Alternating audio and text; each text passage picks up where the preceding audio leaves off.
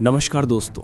कल रात से मैं इस टॉपिक पर वीडियो बनाना चाहता था, लेकिन आज जो माहौल है, इतनी ज़्यादा मिस इन्फॉर्मेशन और अफवाहें सोशल मीडिया पर फैल रही हैं कि मैंने सोचा इस पर बात जिम्मेदारी से की जानी चाहिए। 10 नवंबर 2025 की शाम राजधानी उस वक्त दहल गई जब रेड फोर्ट यानी लाल किला के पास मेट्रो स्टेशन के ठीक सामने एक हुंडई i20 कार में जबरदस्त धमाका हुआ। धमाका इतना तेज था कि आसपास खड़ी कई गाड़ियां जल उठीं, कांच के टुकड़े दूर तक उड़ गए और इलाके में चीख पुकार मच गई।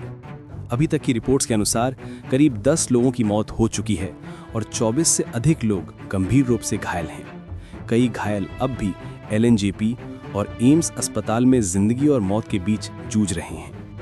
लेकिन दोस्तों, ऐसे वक्त में जब देश को एकजुट रहना चाहिए, कुछ सोशल मीडिया अकाउंट्स पुरानी तस्वीरें और पुराने वीडियो वायरल करके भ्रम फैला रहे हैं। कुछ तो इजराइल लेबनान वॉर की पुरानी तस्वीरों को दिल्ली का बताकर पोस्ट कर रहे हैं, जिससे जनता में डर और गुस्सा दोनों फैल रहा है। मैं आप सबसे हाथ जोड़कर रिक्वेस्ट करता हूं, किसी भी खबर को शेयर करने से पहले वेरीफाई कर लीजिए, क्योंकि आज के समय में एक गलत पोस्ट हजारों लोगों के बीच अराजकता फैला सकती है। अब आइए बात करते हैं ऑफिशियल अपडेट्स की, ताकि आपको सच्चाई पता चल सके। इस केस में FIR दर्ज कर ली गई है। UAPA यानी अनलॉफुल एक्टिविटीज प्रिवेंशन एक्ट और एक्सप्लोजिव्स एक्ट के तहत मामला दर्ज किया गया है। यानी अब इसे आतंकी घटना की तरह ही देखा जा रहा है। दिल्ली पुलिस और नेशनल इन्वेस्टिगेशन एजेंसी NIA दोनों मिलकर मल्टी लोकेशन रेड्स कर रही हैं। फोकस इस बात पर है कि गाड़ी किसकी थी, नंबर फर्जी था या नहीं, और इसके पीछे कौन नेटवर्क काम कर रहा है। शुरुआती जांच में पता चला है कि जिस i20 कार में ब्लास्ट हुआ वो अनरजिस्टर्ड थी और संभवतः चोरी की गई थी। CCTV फुटेज फोरेंसिक लैब में भेज दी गई है, जहां एक्सपर्ट्स हर फ्रेम को स्लो मोशन में एनालाइज कर रहे हैं। कुछ मीडिया रिपोर्ट्स में दावा किया जा रहा है कि इस ब्लास्ट का लिंक फरीदाबाद टेरर मॉड्यूल से हो सकता है, लेकिन अभी तक इस थियरी की ऑफिशियल कंफर्मेशन नहीं हुई है। पिछले एक महीने में देश के कई राज्यों में संदिग्ध गतिविधियों पर बड़ी कार्रवाई हुई है। कुछ जगहों से हजारों किलो सस्पेक्टेड एक्सप्लोजिव्स यानी अमोनियम नाइट्रेट कंपाउंड्स बरामद हुए हैं। एजेंसीज ये भी मान रही हैं कि किसी बड़े नेटवर्क की प्लानिंग पहले से चल रही थी, लेकिन क्या ये ब्लास्ट उसी चेन का हिस्सा था या एक अलग कॉन्स्पिरेसी, इसका जवाब आने वाली रिपोर्ट्स में मिलेगा।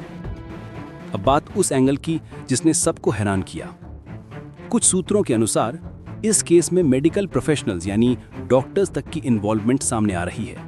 बताया जा रहा है कि एक रेंटेड हाउस डॉक्टर शकील के नाम पर था और उस घर से एक्सप्लोजिव ट्रेसेस मिले हैं। अगर ये बात सही साबित होती है तो ये बेहद चिंताजनक है, क्योंकि ऐसे शिक्षित लोगों का इस तरह शामिल होना पूरे देश के लिए चेतावनी है।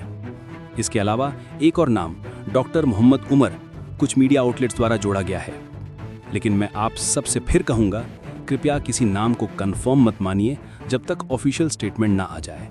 गलत रिपोर्टिंग से निर्दोष लोगों की जिंदगी बर्बाद हो सकती है। अब सबसे बड़ा सवाल, क्या ये एक सुसाइड अटैक था? CCTV फुटेज में दिखता है कि कार धीरे धीरे आकर पार्क होती है और कुछ सेकंड बाद विस्फोट हो जाता है। ड्राइवर बाहर निकलता हुआ नहीं दिखता, जिससे सस्पिशन बढ़ा है कि शायद ये एक फिदाई अटैक यानी सेल्फ डेटोनेशन था, लेकिन अभी इस एंगल की पुष्टि नहीं हुई है। अब तक किसी भी आतंकी संगठन ने इस घटना की जिम्मेदारी नहीं ली है। फिर भी कई फॉरेन एम्बेसीज और ग्लोबल लीडर्स ने इस ब्लास्ट की निंदा की है और भारत के साथ एकजुटता जताई है। इस घटना ने न सिर्फ दिल्ली बल्कि पूरे देश को झकझोर कर रख दिया है। दिल्ली की गलियों में डर और अनिश्चितता का माहौल है। हर कोई यही सवाल पूछ रहा है कि क्या हमारी राजधानी अब भी सुरक्षित है? लेकिन दोस्तों, ऐसे मुश्किल वक्त में हमें एक दूसरे का सहारा बनना होगा, डर नहीं फैलाना होगा। अगर आपके पास कोई जानकारी है तो उसे सोशल मीडिया पर पोस्ट करने की बजाय पुलिस या हेल्पलाइन नंबर पर साझा करें। वेरीफाइड न्यूज़ सोर्सेज से ही जानकारी लें और अफवाहों को यहीं खत्म करें। हम सभी उन परिवारों के साथ हैं जिन्होंने अपने प्रियजनों को खो दिया। हम दुआ करते हैं कि घायल जल्द से जल्द ठीक हों और जिन लोगों ने ये अमानवीय काम किया है उन्हें उनके किए की कड़ी सजा मिले। मैं इस पूरे मामले को करीबी से फॉलो कर रहा हूं और जैसे ही ऑथेंटिक अपडेट्स मिलेंगे मैं सबसे पहले आपके साथ साझा करूंगा। तब तक सुरक्षित रहिए, सतर्क रहिए और दूसरों की मदद कीजिए जहां जरूरत हो।